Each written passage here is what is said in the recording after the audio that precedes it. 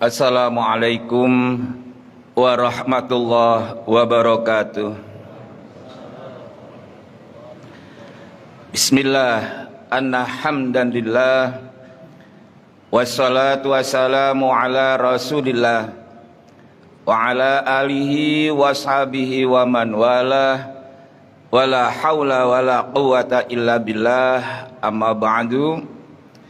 Bapak Ibu jamaah rahimakumullah, mari kita sama-sama memanjatkan syukur alhamdulillah kehadirat Allah Subhanahu wa taala. Kita masih diberikan sehat wal afiyah, diberikan panjang umur fil khairi wal barokah. Lebih-lebih kita telah berada pada hari yang ke-8 di bulan suci Ramadan ini. Mudah-mudahan seluruh rangkaian amal ibadah kita diterima oleh Allah Subhanahu wa taala.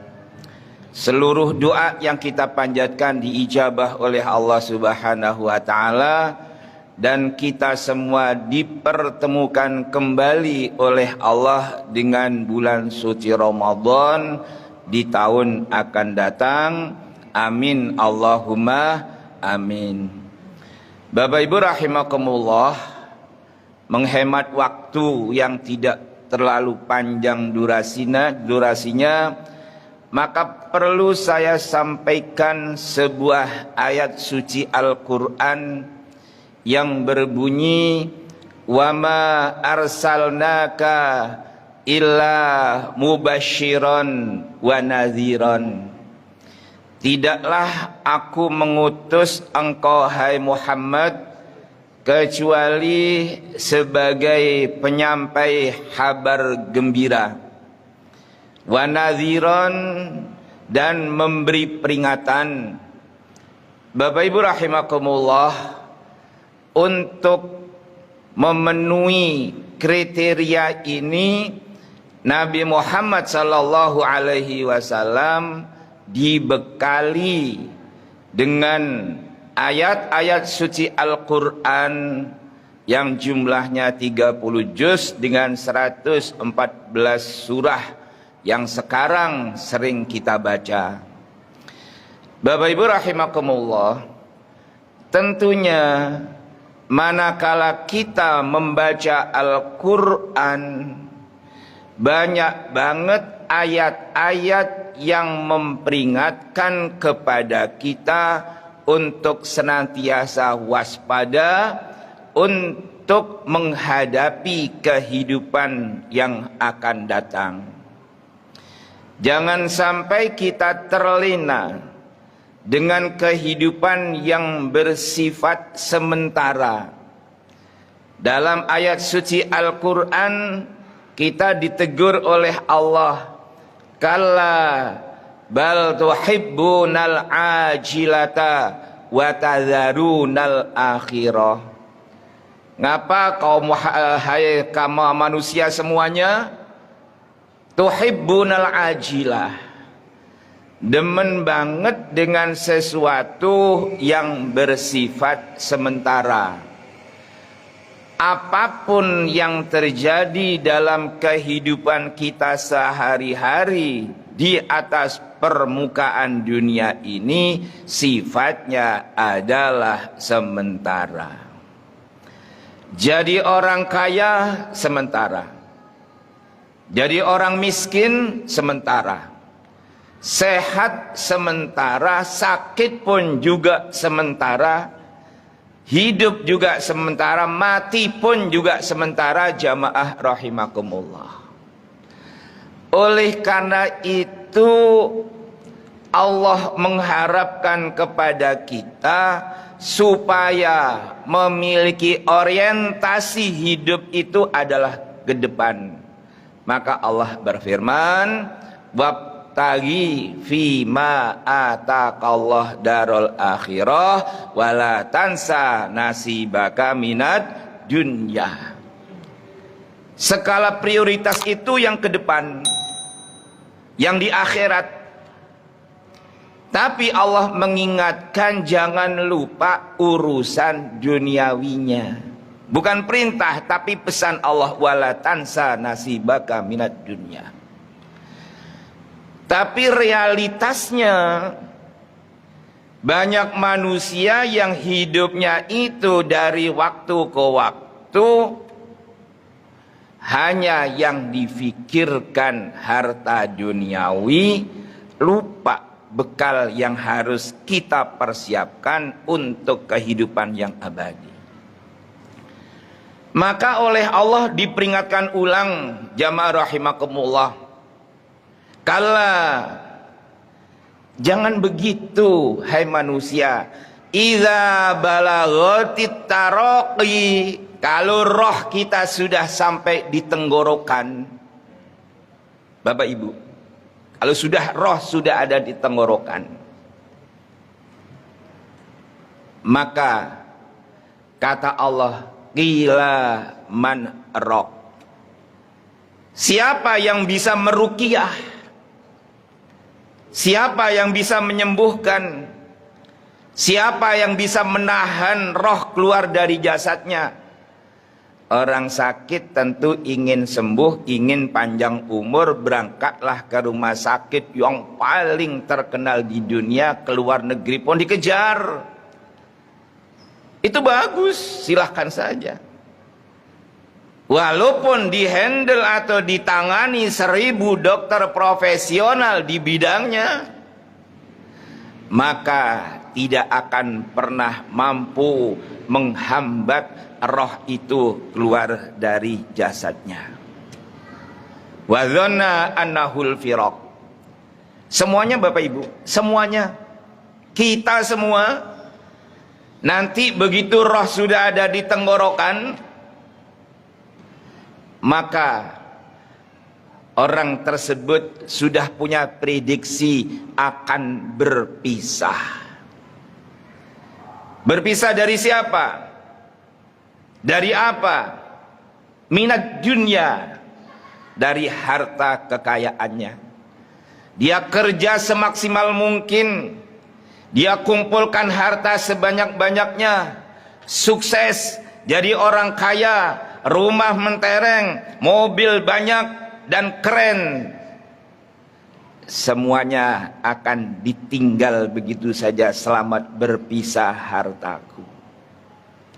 Wal ahli, terhadap keluarganya, terhadap orang tuanya, ibunya, anaknya, cucunya, kerabatnya akan ditinggal. Maka Nabi ditegur oleh malaikat Jibril, ya Muhammad, aish ma syi'ta fa innaka mayitun. Hai Muhammad, silahkan kamu melakukan apapun, hidup seenaknya. Hati-hati, kata malaikat Jibril, fa innaka mayitun, kamu bakal mati. Wa ahbib man syi'ta, silahkan cinta kepada siapapun yang kamu cintai. Wa innaka mufarikuhu, kamu akan berpisah dengan mereka. Bapak Ibu rahimakumullah, kita punya harta, kita punya keluarga, kita punya anak, kita punya cucu, silahkan kita cinta kepada mereka. Namun diingatkan oleh Allah, ya ayyuhalladzina amanu la tulhikum amwalukum wala auladukum an dzikrillah wa may yaf'al dzalika faulaika humul khasirun. Hai orang-orang yang beriman, jangan sampai kalian itu terlupakan, jangan sampai kalian terpedaya oleh harta kalian. Punya harta tidak dimanfaatkan untuk kepentingan di akhirat. Punya harta tidak dibawa ke masjid. Punya harta tidak dititipkan kepada duafa dan yatim. Punya harta hanya disimpan di bank sebagai investasi untuk kehidupan yang akan datang. Belum dinikmati, sudah is dead, Bapak Ibu rahimakumullah. Mau apa kita? Oleh karena itu Allah Subhanahu wa taala berpesan, sebagai bentuk vonis untuk kita semua. Kullu nafsin dha'iqatul maut.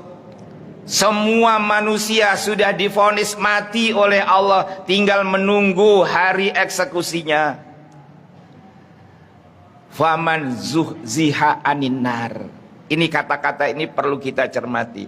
Faman, siapapun, zuhziha, yang diambil oleh Allah, yang disaut oleh Allah, yang diraih dengan cepat oleh Allah. Zuhzih itu bentuk pasif, bukan bentuk aktif dari kita. Faman zuhziha. Ayo kita mengarahkan ayat ini kepada firman Allah di dalam surat Maryam.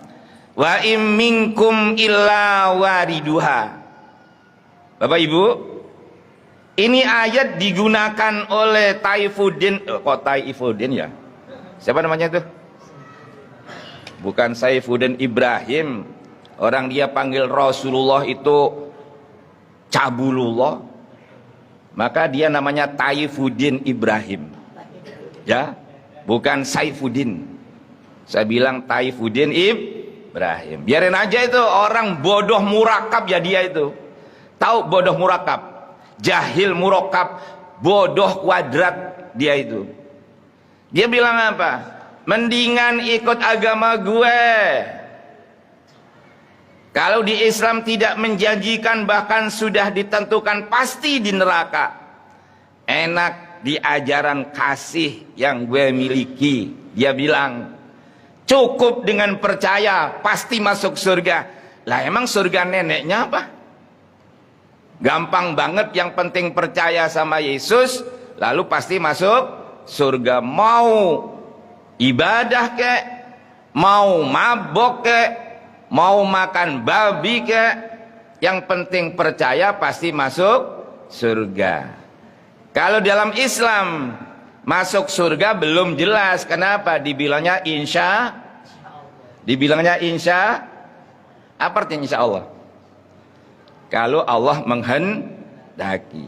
Bapak Ibu rahimakumullah, saya kembalikan ayat ini. Wa im minkum illa waridua. Jangan dipenggal sampai di sini. Wa nunajjil ladzina amanu wattaqau. Allah itu menyelamatkan orang yang beriman dan orang yang bertakwa. Caranya bagaimana? Memang semua manusia akan digiring ke neraka, semua tanpa kecuali.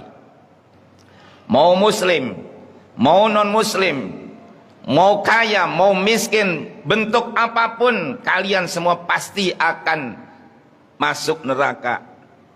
Tapi bagi bapak ibu yang istiqomah dalam keimanan, keislaman dan ketakwaan, zuhziha aninar, begitu mau nyemplung langsung diambil oleh Allah, langsung ditangkap oleh Allah, dikemanakan? Wa udkhilal jannata, lalu dimasukkan ke dalam surga. Ada peringatan dari Allah, wa mal hayatud dunya illa mata'ul ghurur. Ada sedikit Bapak Ibu, saya tanda tanya.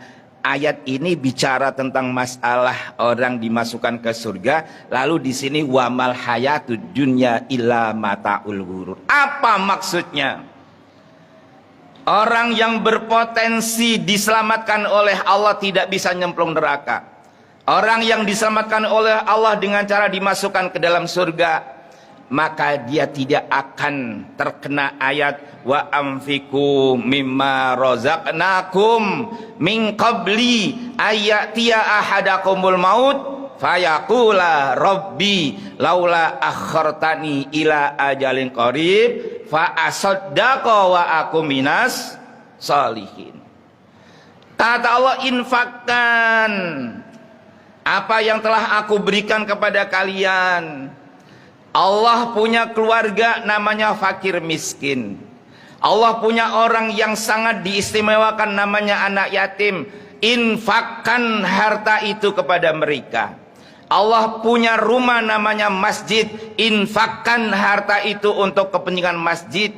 maka dikala roh mau dicabut, orang ini tidak akan mengatakan Rabbi laula akhartani ila ajalin qarib. Tidak mungkin dia akan mengatakan demikian. Kenapa? Karena di hadapan matanya sudah tampak jelas ada gambaran surga, tidak terbebani oleh harta kekayaannya.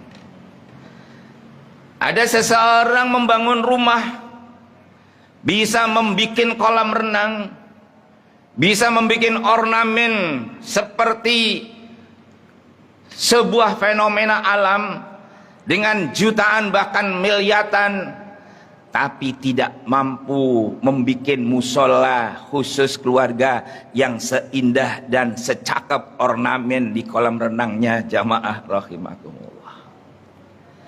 Dia mampu untuk menikmati makanan di tempat yang mahal, tapi dia tidak pernah berpikir ada wanita-wanita, bapak-bapak, anak-anak yang duafa menjerit karena tidak mampu untuk memasukkan sesuap nasi dikarenakan kemiskinan. Hati-hati jamaah rahimakumullah.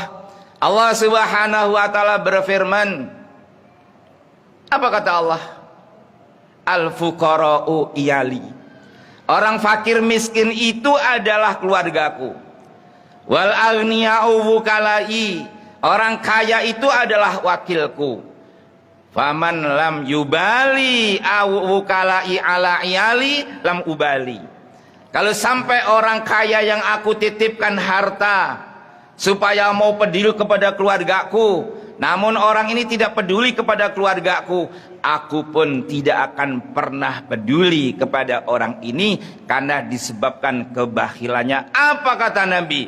Lama khalaqallahu nar, tatkala Allah selesai menciptakan neraka, qalat, neraka bertanya, ya Rabb lima khalaqtani, untuk apa kau ciptakan aku? Libahilin, untuk orang yang pelit. Berangkat ke masjid sholat Jumat, niat bersedekah. Kata Nabi, niatul mukmin khairun min amali. Niatnya orang mukmin lebih baik daripada prakteknya. Makanya banyak masjid yang kotak amalnya kosong, karena orang yang berangkat ke masjid sudah cukup niat mau bersedekah. Akhirnya sudah dapat Pak. Bapak Ibu rahimakumullah. Berangkatlah ke masjid, disiapkanlah uang recehan. Berapa kira-kira Bapak Ibu? Berapa? Noceng. Tahu noceng? Paling gede goceng. Itu pun diuwel-uwel dulu sampai kecil. Kalau sudah kecil dimasukkan sambil ditutup dengan tangan. Coba kalau warnanya merah, gimana cara ngambilnya? Supaya apa? Supaya orang lihat bahwa yang disumbangkan adalah berapa? Cepek 100.000. Bapak Ibu rahimakumullah, hati-hati, saya lanjutkan. Wa mal hayatud dunya illa mata laibun walahun. Dunia itu hanya sekedar permainan penuh dengan tipu daya. Bukan permain bagaimana tidak tipu, bagaimana kerja keras jadi orang kaya, sudah menumpuk harta kekayaannya, sudah sukses semuanya, ditinggal mati, tidak ada satupun yang dibawa ke alam kuburnya. Bapak Ibu rahimakumullah, maka di bulan suci Ramadan ini alangkah baiknya manakala Bapak Ibu semuanya berangkat ke masjid, bukan membawa uang noceng, silahkan lebih dari itu. Untuk apa? Membesarkan rumah Allah. Untuk apa? Memakmurkan rumah Allah. Rumah Allah perlu dimakmurkan, bukan hanya sekedar kita hadir, tapi bagaimana lampu Masjid Bani Umar ini beroperasi, bagaimana kipas angin AC-nya tetap berjalan, bagaimana merbotnya aktivitasnya benar-benar terjamin untuk merawat masjid. Semuanya itu adalah di tangan jamaah semua. Maka karena itu yang terakhir Bapak Ibu rahimakumullah, mumpung di bulan suci Ramadan, bukan Ramadan loh Bapak Ibu ya. Ada orang ngomong bulan Ramadan, salah itu. Yang benar Ramadan. Romat itu artinya membakar, pembakaran dosa. Ayo, kalau kita mau membakar dosa, di samping aktivitas sholat tarawih, tolong sabda Nabi, ma min rajulin yaznibu dzamban, tidak ada seseorang yang berbuat dosa, fayakumu lalu ia bangkit, wayatatoharu lalu dia bersuci, wayakumu lalu ia sholat rakaataini au arba'an, baik 2 rakaat atau 4 rakaat, makrunatan au ghairu makrunatin, apakah itu beriringan dengan sholat fardu atau di luar sholat fardu. Wa ghafirullah, lalu dia memohon ampun kepada Allah, illa ghafarallah, Allah pasti akan mengampuni dosa orang tersebut. Puasa menghasilkan ampunan Allah, sholat menghasilkan ampunan Allah, ditambah dengan sholat tahajud. Nanti selesai sholat tarawih, sudah ada sholat witir. Apakah malam masih perlu untuk sholat tahajud? Ikuti pendapat Imam Ahmad bin Hambal. Kalau seseorang sudah selesai sholat tarawih, sudah selesai sholat witir, malam bangun untuk sholat tahajud, silahkan sholat witir 1 rakaat untuk menetralisir witir yang sudah dikerjakan. Sesudah itu sholat tahajud, sholat taubat dulu. Sesudah sholat taubat, laksanakan sholat tahajud. Terserah berapa rakaatnya, yang penting kita tidak bosan. Tutup dengan witir. Karena itulah menghindari kata Nabi, la witroni fil laili, tidak ada 2 kali pelaksanaan sholat witir maka dalam 1 malam. Maka kata Imam Ahmad bin Hambal, kalau sudah sholat witir sebelum tidur, malam mau sholat tahajud, dinetralisir dulu witir yang sudah dikerjakan, sholatnya 1 rakaat, kemudian sholatlah tahajud, kalau saran saya sholat taubat dulu, sholat tahajud, tutup dengan witir. Insya Allah kalau hari itu, malam itu roh kita dicabut oleh malaikat Israel, insya Allah Bapak Ibu, jaminannya adalah surganya Allah Subhanahu wa Ta'ala. Itulah yang dapat saya sampaikan. Mudah-mudahan Allah berkenan mengampuni segala dosa kita, Allah berkenan menerima amal ibadah kita, dan Allah mengijabah semua doa kita. Wal afu minkum, wassalamualaikum warahmatullahi wabarakatuh.